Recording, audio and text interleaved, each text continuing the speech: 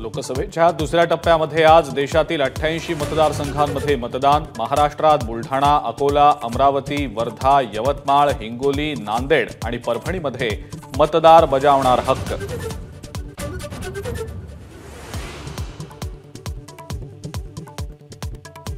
केरळमधल्या वायनाड मतदारसंघातही आज मतदान। राहुल गांधींच्या विरोधात वायनाडमध्ये भाजपचे के सुरेंद्रन आणि सीपीआयच्या अॅनी राजा रिंगणात।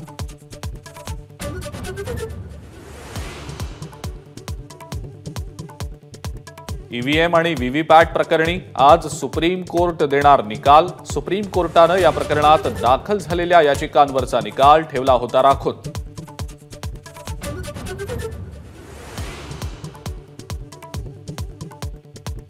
राज्यातल्या लोकसभा निवडणुकीच्या चौथ्या टप्प्यासाठी एकूण 447 उमेदवारांचे 618 अर्ज दाखल करण्याची मुदत गुरुवारी संपली।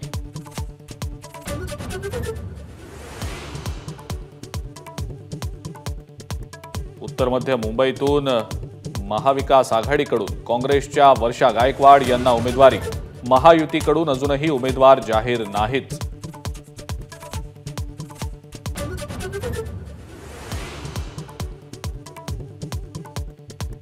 पराभव दिसू लागल्यानं भाजप आता रामराम करू लागलेला आहे। उद्धव ठाकरेंचा भाजपवर निशाणा।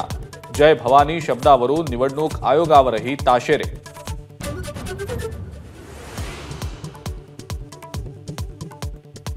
दुसऱ्या टप्प्याच्या मतदानापूर्वी ठाकरे गटाचा वचननामा जाहीर।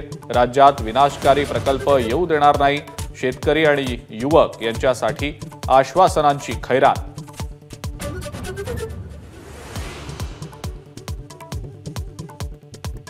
अभिनेता सलमान खानच्या घराबाहेरील गोळीबार प्रकरणी आरोपींना 29 एप्रिलपर्यंत पोलीस कोठडी, तर बंदूक पुरवणाऱ्या दोघांना पंजाबमधून अटक। एबीपी माझा, उघडा डोळे बघा नीट।